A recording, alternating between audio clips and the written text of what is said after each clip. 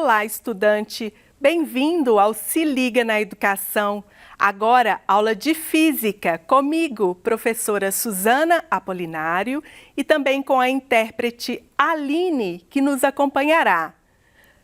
Muito provavelmente, você já deve ter brincado alguma vez com um ímã. Então, olha que interessante, vamos observar. A gente percebe, então, a atuação de um campo magnético, com a sua força magnética, que pode, inclusive, vencer a gravitacional. Interessante, né? E, por isso, hoje, o tema da nossa aula é o campo magnético. É uma aula para o terceiro ano do ensino médio. Nesta aula, contemplaremos a competência da BNCC para o mundo do trabalho. E, por isso, nós iremos a uma instituição de ensino superior, o Cefet-MG. Então, aguarda aí um instantinho que daqui a pouco retornaremos com as imagens diretamente do Cefet. Nessa aula também desenvolveremos as competências específicas da BNCC, específica 1 das ciências da natureza, que possibilitará o desenvolvimento da habilidade 107. Também procuraremos desenvolver as competências socioemocionais, das macrocompetências autogestão, resiliência emocional e a abertura ao novo. Para começar a aula, eu farei uma breve conceituação do campo magnético. É uma região em torno de um ímã. É o campo de atuação da força magnética. Essa figura representa, então, as linhas do campo magnético. Observamos um ímã com seus polos norte em azul e sul em vermelho. As linhas do campo, elas sempre saem do polo norte do ímã em direção ao polo sul. Bom, as linhas de campo, elas são linhas imaginárias que procuram representar, por ilustração, o campo magnético. Mas nós podemos desenvolver experimentos simples para demonstrar o campo magnético, as linhas do campo magnético. E é o que eu vou fazer aqui agora. Eu vou utilizar limalhas de aço, que eu consegui ralando uma esponja de aço. Então, eu tenho aqui limalhas, pozinhos de aço, e eu vou utilizar o meu ímã. Então, vocês perceberão que a limalha, elas vão tomando o formato da configuração aqui do campo magnético. Percebam, essa configuração, ela é tridimensional. Então, veja, eu consigo aqui fazer com que essas limalhas se orientem na direção desse campo magnético.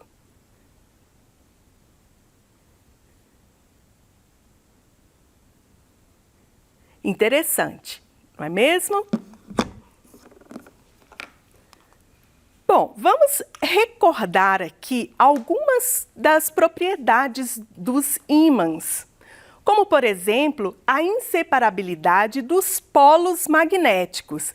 Então, vejam essa figura, representa um ímã com o seu polo norte e o polo sul.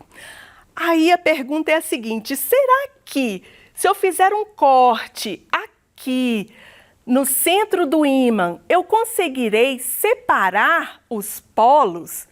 E a resposta é não, porque os polos dos ímãs são inseparáveis. Então, se eu partir esse ímã ao meio, eu vou obter dois novos ímãs, com seus polos, norte e sul. Da mesma forma, se eu partir o novo ímã e assim por diante, eu sempre vou conseguindo ímãs com os polos nortes e sul. Então, os polos de um ímã são inseparáveis. E agora, para falarmos sobre desenvolvimento acadêmico, ciência e tecnologia, nós iremos até o Cefet Minas Gerais. E logo após nós retornaremos para a conclusão da nossa aula.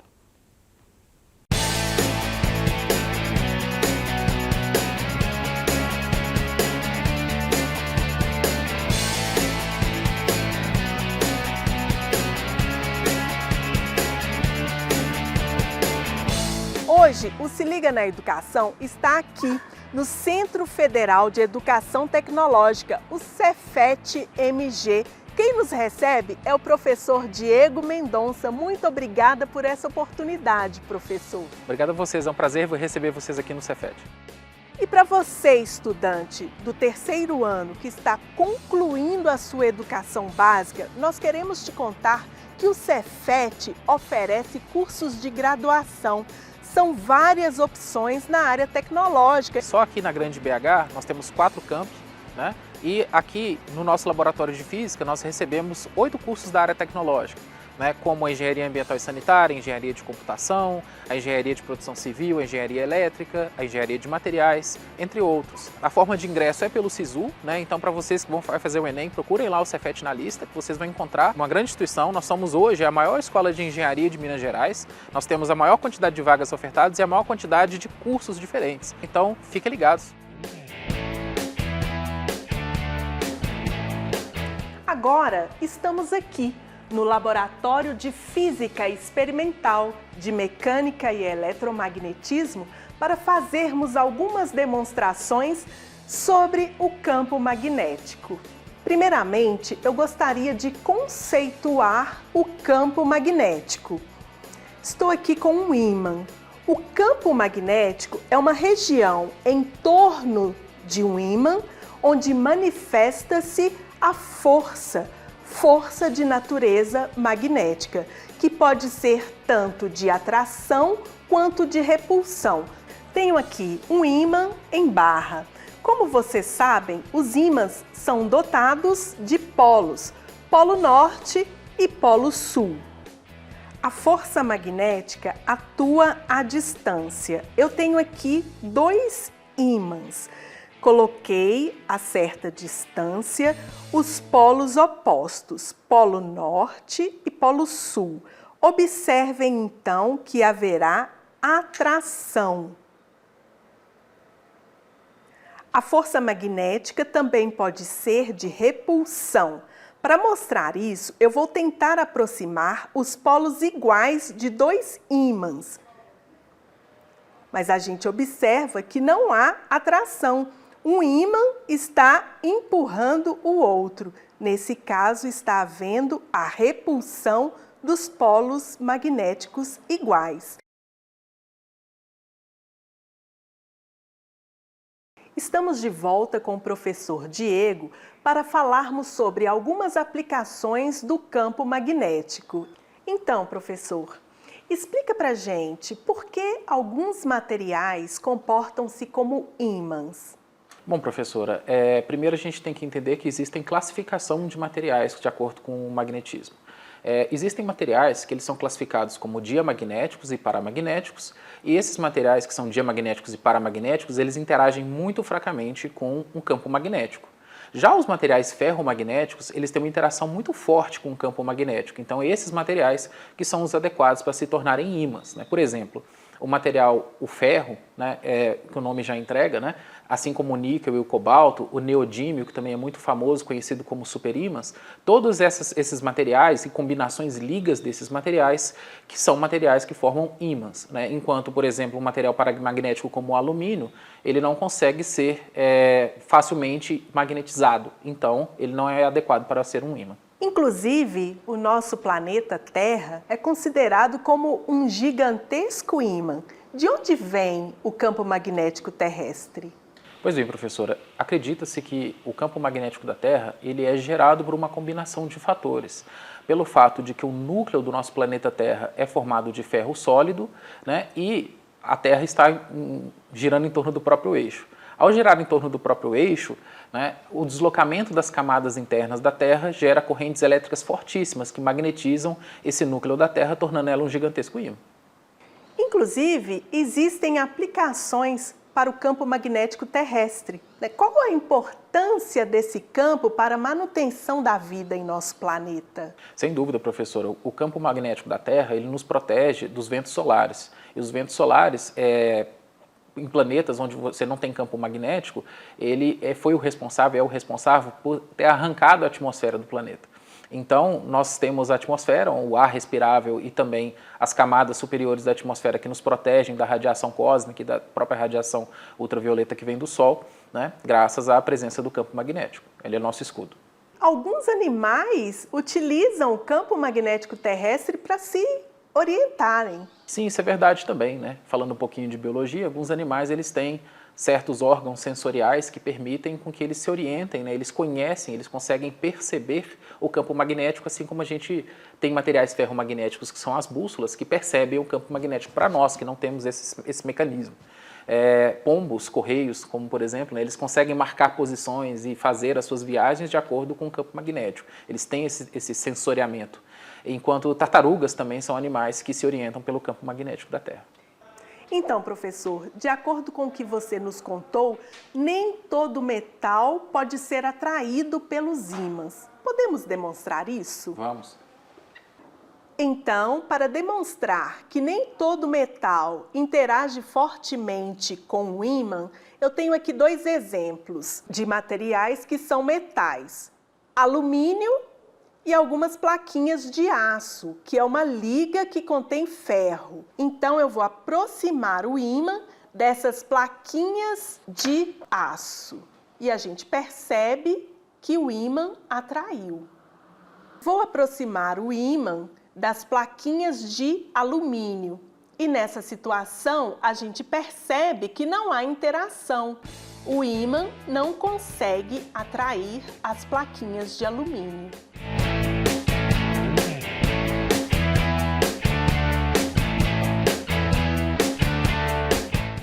Agora, o professor Diego fará uma demonstração para a visualização das linhas de indução do campo magnético.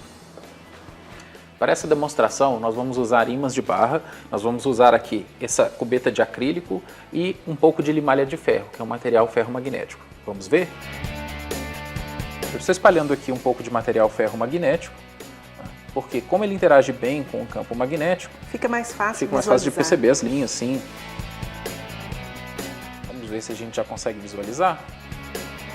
E a gente percebe então que a limalha vai tomando aí a configuração das linhas de indução do campo gerado por esse ímã. A limalha faz isso porque ela acompanha as linhas de campo no espaço.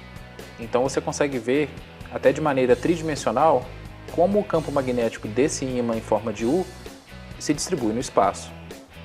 E repara que a concentração da limalha, ou o tanto que ela se ergue aqui acima da placa de acrílico, é proporcional à intensidade do campo magnético naquela região. Agora faremos a reprodução de uma das experiências mais importantes da história da ciência, a experiência de Oersted. Foi a partir dela que surgiu o estudo do eletromagnetismo, um dos ramos mais importantes da física. A experiência original de Oersted consiste na montagem de um circuito elétrico, né, onde uma fonte de alimentação vai fazer uma corrente elétrica passar por esse fio, né, e a passagem de corrente por esse fio faz perturbar o campo magnético dessa região. Portanto, ao acionar essa chave e fazer uma corrente passar por esse circuito, por esse fio, a gente consegue desviar o ponteiro da bússola. Mostre pra gente primeiro, professor, a bússola aqui. Ela está apontando para o norte. E o fio está posicionado no sentido norte-sul. Então, quando coloca a bússola... próximo do fio, ela desvia para longe do norte. Então, nós podemos concluir que a passagem da corrente gera um campo magnético que vai interferir com a agulha da bússola. Exatamente, professora. Pela interação, né, entre a corrente elétrica e o campo magnético, daí que se começou a estudar o eletromagnetismo. Antes, estudava-se separadamente eletricidade e magnetismo, como se fossem dois fenômenos que não eram conjugados. A partir do experimento de Oersted, está aí a importância histórica dele, o eletromagnetismo passou a ser estudado como uma coisa só.